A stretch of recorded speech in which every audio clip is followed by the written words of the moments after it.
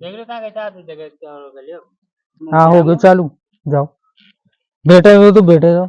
हाँ तो पशुपालक हो, सबसे पहले आप सभी को प्रणाम। मैं आज पशुपालकों को बताना चाहता हूँ कि कई बार हमारा पशु ज्ञापन क्यों नहीं हो पाता है। मतलब जैसे कृत्रिम गर्भाधान भी करवाते हैं, है ना, एक बार दो बार तीन बार करवाते हैं, फिर भी वो नहीं ठहरता है और जाग पे तो वो लगातार आता रहता है। तो ऐसे पशु को हम रिपीट ब्रीडर बोलते हैं। रिपीट ब्रीडर मतलब जो बार बार जाग पे आने के बाद भी नहीं ठहरता है। तो इसके कारण बताने वाले हैं, आज हम उसका समाधान भी बताएंगे साथ साथ। तो इसमें सबसे जो पहला कारण मैं बताना चाहूँगा वो है आनुवांशिक कारण भी होते हैं इसके। आनुवांशिक यानी कि संरचनात्मक डिफेक्ट आ जाते हैं पशु की बच्चेदानी में। जैसे उसकी जो सर्विक्स है उसका मुड़ा हुआ होना, या फिर फेलोपियन ट्यूब का चिपका हुआ होना, या फिर फेलोपियन ट्यूब का अनुपस्थित होना, जिसकी वजह से पशु जो है ज्ञापन नहीं हो पाएगा। अगर ये उसके अंदर डिफेक्ट है तो हमारी गाय या भैंस है वो ज्ञापन नहीं हो पाएगी। इसके बाद इसमें ये तो जो पहली बार जो पशु जाग में आता है 2 साल या 3 साल की उम्र पर, तब ऐसा उसको चेक करना होता है। या फिर इसके अलावा अंडा जो निकल रहा है, पशु के अंदर से जो अंडा निकल रहा है वो उसकी एजिंग हो गई है, या वो रप्चर हो जाता है, या उसमें कोई और डिफेक्ट है। अगर ये भी कमी है तो इसकी वजह से भी हमारा पशु ज्ञापन नहीं हो पाएगा।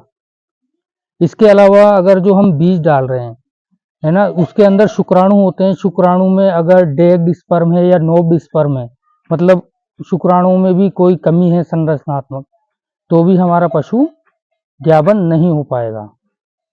इसके अलावा कई बार हमारी गाय भैंसों में हार्मोन की कमी भी हो जाती है। हार्मोन की कमी में एक मुख्य हार्मोन है एलएच हार्मोन, यानी कि ल्यूटिनाइजिंग हार्मोन।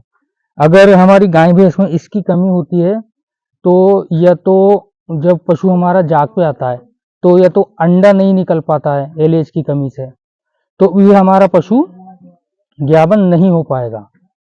इसके अलावा अगर एलएच हार्मोन की कमी है तो क्या होता है कि पशु में जो जाग आएगी वो साइलेंट हीट आएगी। एलएच हार्मोन की कमी से साइलेंट हीट मतलब वो जाग पे आने के पूरे लक्षण नहीं दिखाएगा, जिसकी वजह से भी हमारा पशु जाग पे आते हुए भी ज्ञापन नहीं हो पाएगा। इसके अलावा अगर एलएच हार्मोन की कमी है, उसकी वजह से क्या होता है, डिलेड ओवुलेशन हो जाता है। मतलब ओवुलेशन यानी कि अंडा निकलता तो है लेकिन वो काफी देर के बाद निकलता है। जब तक जो अंदर बच्चेदानी में जो शुक्राणु पड़ा हुआ है, हमने जो बीज डाला था, तब तक वो खत्म हो जाता है। तो इस परिस्थिति में भी हमारा पशु ज्ञापन नहीं हो पाएगा। इसके अलावा एक और हार्मोन है जिसकी कमी अगर पशु के अंदर हो जाती है तो भी पशु ज्ञापन नहीं हो पाता है। उस हार्मोन का नाम है प्रोजेस्टेरोन हार्मोन। प्रोजेस्टेरोन हार्मोन जो है, अगर कोई पशु कई इसकी वजह से क्या होता है, अर्ली एबॉर्शन हो जाता है, अर्ली एम्ब्रियोनिक डेथ हो जाती है। क्योंकि प्रोजेस्टेरोन का पूरी प्रेगनेंसी के गर्भावस्था के दौरान इसका प्रॉपर मात्रा बनी रहनी चाहिए। अगर प्रोजेस्टेरोन हार्मोन की कमी है यानी कि अर्ली एम्ब्रियोनिक डेथ हो रही है तो फिर हमें प्रोजेस्टेरोन का इंजेक्शन लगवाना चाहिए। इसके अलावा कई पशु जो बार बार जाग पे आने के बाद भी अगर वो ज्ञापन नहीं हो पा रहे हैं तो हो सकता है उनमें मिनरल्स और कई न्यूट्रिएंट्स की कमी हो सकती है, विटामिन्स की कमी हो सकती है। मिनरल्स में जैसे कॉपर, मैग्नीज, आयोडीन, इनकी वजह से भी पशु कई बार ज्ञापन नहीं हो पाता है। इसके अलावा अगर पशु के अंदर बच्चेदानी में हल्का सा इन्फेक्शन है, इसको हम एंडोमेट्राइटिस बोलते हैं।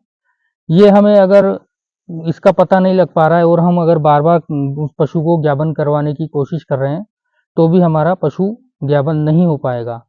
इसके लिए हमें क्या करना है कि एंडोमेट्राइटिस का ट्रीटमेंट करवाना है, उसकी बच्चेदानी में दवाई डलेगी और एंटीबायोटिक इंजेक्शन वगैरह इसमें लगाने होते हैं। इसके अलावा अगर जो है, अब हम बात करते हैं जो बीज डालने आया, यानी कि कृत्रिम गर्भाधान अभिकर्ता से भी कई अगर कमी हो जाती है तो उसकी वजह से भी हमें हमारा पशु गाय या भैंस ज्ञापन नहीं हो पाएगा। तो कृत्रिम गर्भाधान अभिकर्ता से होने वाली मुख्य गलतियां ये है कि वो सही जगह पे बीज न डाले। सर्विक्स में अगर उसकी गन पास नहीं होती है तो भी पशु ज्ञापन नहीं हो पाएगा। या फिर वो हम है जो पशु हमारा जाग पे आ रहा है उसका हमें पता लेट से देरी से लगा तो हम देरी से बीज डलवाएंगे, क्योंकि बीज डलवाने का भी एक टाइम होता है। गायों में 12 घंटे, पशु जब जाग पे आता है तो 12 घंटे बाद बीज डलवाना होता है, और अगर भैंसे हैं तो उनमें 15 घंटे बाद थोड़ा देरी से, गाय की तुलना में थोड़ा देरी से बीज डलवाना होता है। तो अगर हमें देरी से पता लगेगा गाय भैंस के जाग पे आने का तो हम देरी से बीज डलवाएंगे, यानी कि इम्प्रॉपर टाइमिंग हो जाएगा, जिसकी वजह से भी हमारा पशु ज्ञापन नहीं हो पाएगा। इसके अलावा अगर हम जो है प्रॉपर स्टोरेज नहीं कर पा रहे हैं, जहां पर हमने स्ट्रा यानी कि बीज, सीमन स्ट्रा यानी कि बीज को हमने जहाँ स्टोर कर रखा है BA3 जार में, उसमें अगर LN2 हम समय समय पर नहीं डालेंगे तो भी हमारा कृत्रिम गर्भाधान फेल हो जाता है। या फिर हम जब कृत्रिम गर्भाधान करने गए हैं उस टाइम पे अगर हम थॉविंग सही से नहीं करेंगे, 37 डिग्री सेंटीग्रेड पर 1 मिनट के लिए हमें थॉविंग करनी होती है, अगर हम थॉविंग भी सही नहीं करेंगे तो भी हमारा पशु ज्ञापन नहीं हो पाएगा।